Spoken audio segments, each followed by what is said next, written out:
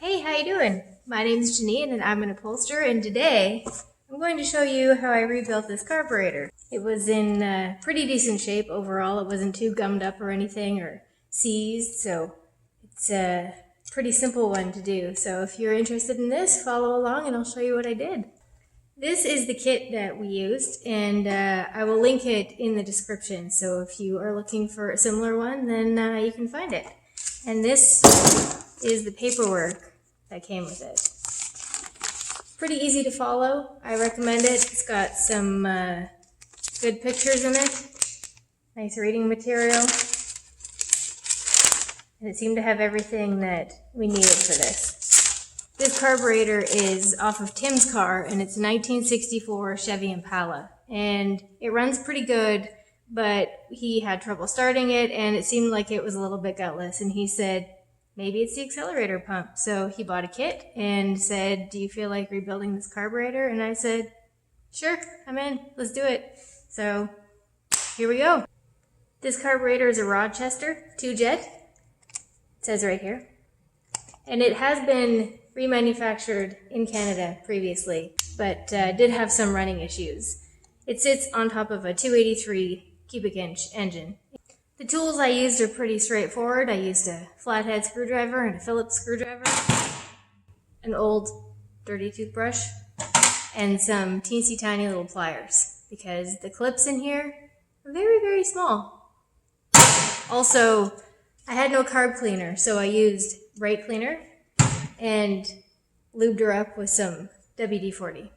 If you are doing this and you're watching my video for information, I will show you how I kind of deciphered this float adjustment diagram. It's pretty straightforward, but it looks to be a little bit intimidating if you're seeing the paperwork for the first time, but I assure you, it's nothing to worry about. It's very straightforward and easy to read on this one. This is what the unit looked like straight off the car.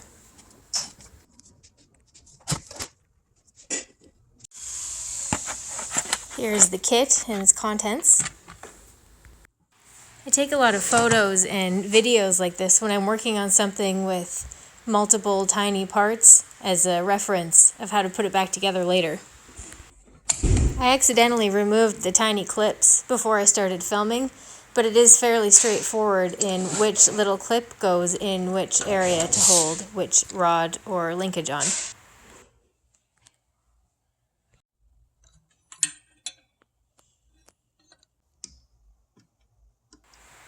I also take note of the screw length when I remove them. That way I can make sure I put the right length screw in the right hole.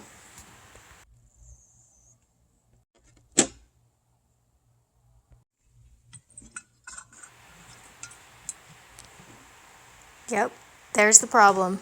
Accelerator pump is junk.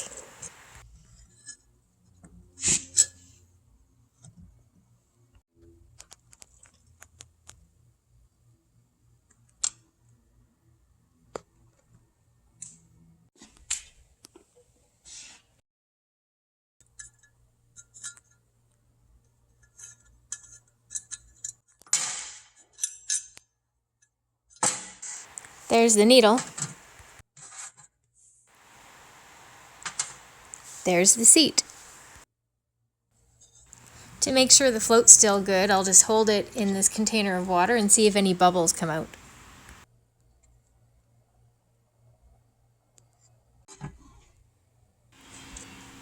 This is the new accelerator pump that came in the kit, and it's important to note that some of the old parts will be reused on this new accelerator pump.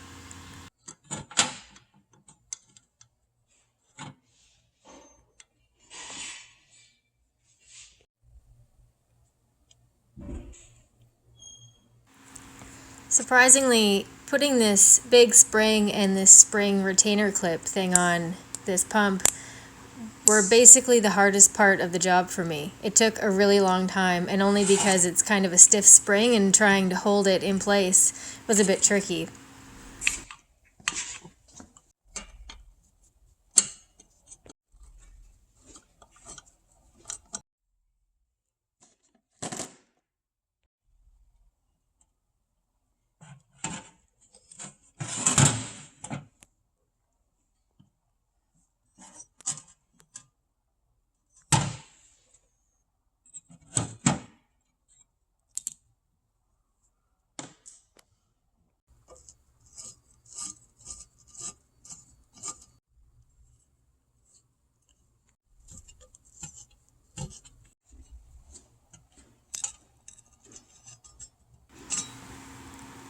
This appears to be nice and clean inside here.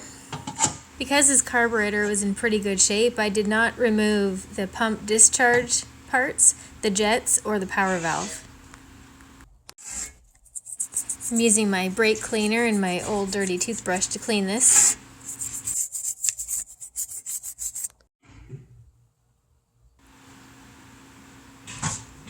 Time for a heavy dose of my WD-40. This lubricating step will ensure that all of the parts move freely and the passages are as clear and clean as possible.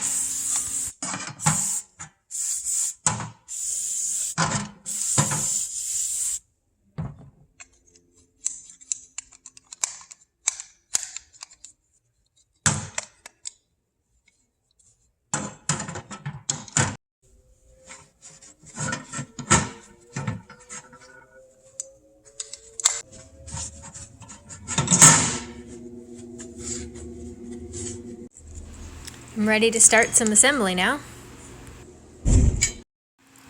This exploded view of the carburetor is extremely helpful at this point.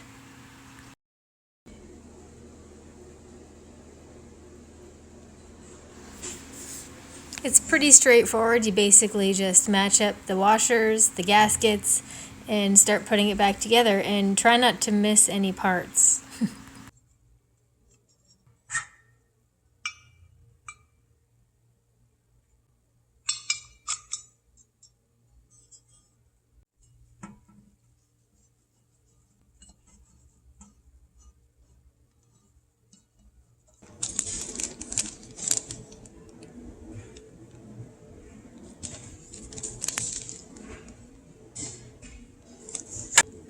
I did, in fact, forget to take this seat out.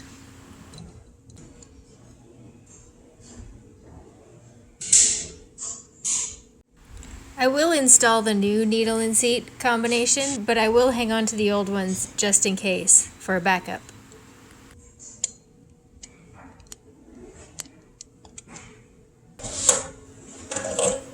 I will select the gaskets that match the originals as best as possible.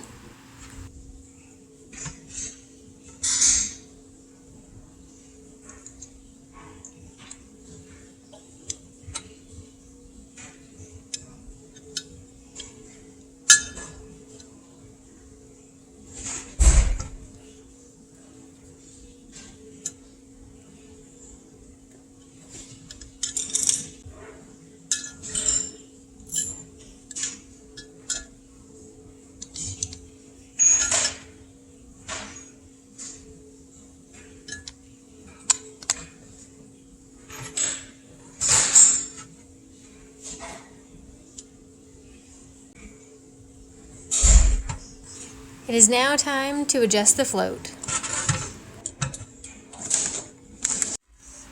Okay, back to the paperwork.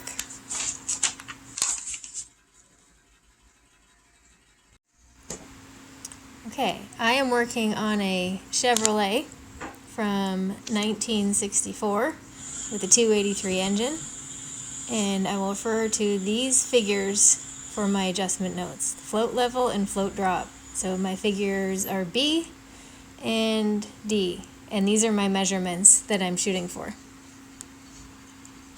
Over here we go to figure B. This does say to measure it with the gasket in place, and it tells you where on the float to measure, and it shows that little circle of where to bend it for adjustment. And the same is also on figure D. It tells you exactly where to measure it and with the gasket in place.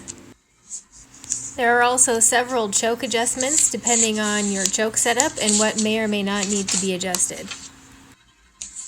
These are also very straightforward, telling you exactly where and how to adjust it if you need it.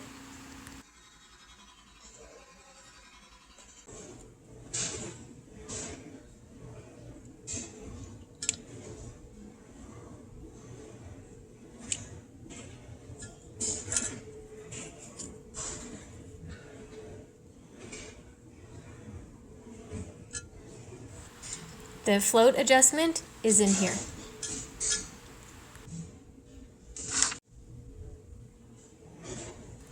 I'm just using some engine oil for lubrication on this accelerator pump.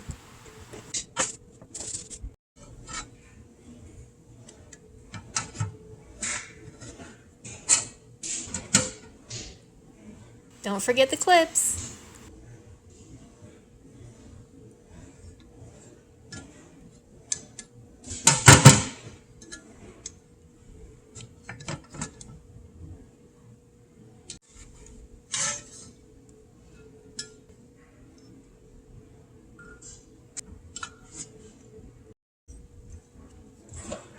Just give it a quick test to make sure the pump feels normal.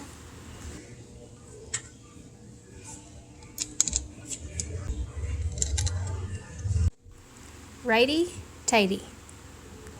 During reassembly, I try not to over-tighten anything. Basically, I just snug it up to ensure the gaskets are kind of squished a little bit.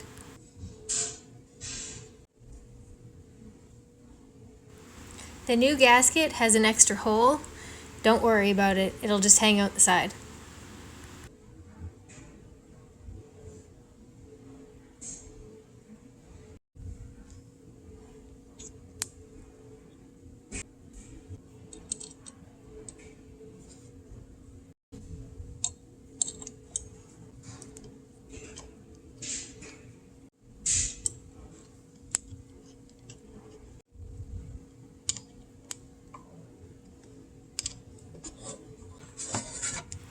I should also note that I didn't remove or adjust any idle mixture screws.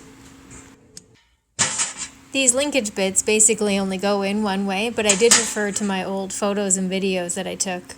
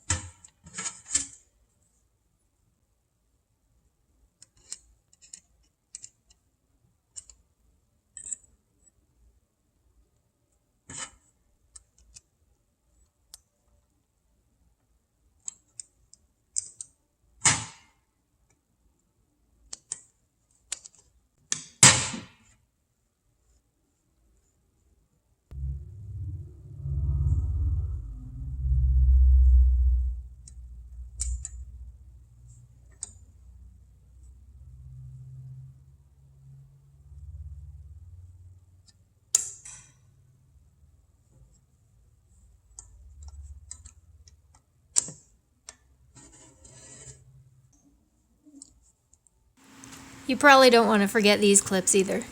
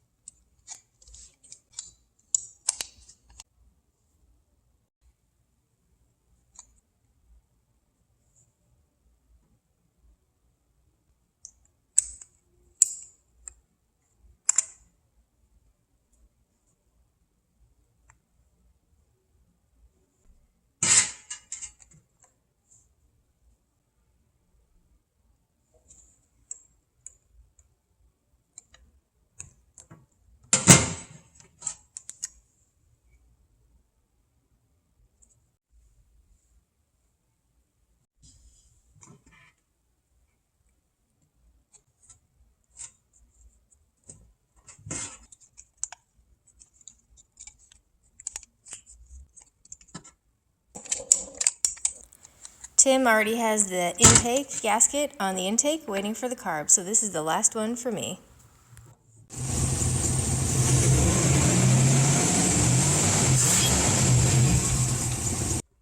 Thanks for sticking around to watch the fun I had with this thing, and again, this will be linked in the description below. Thanks for watching my video. Until next time, I'll see you later.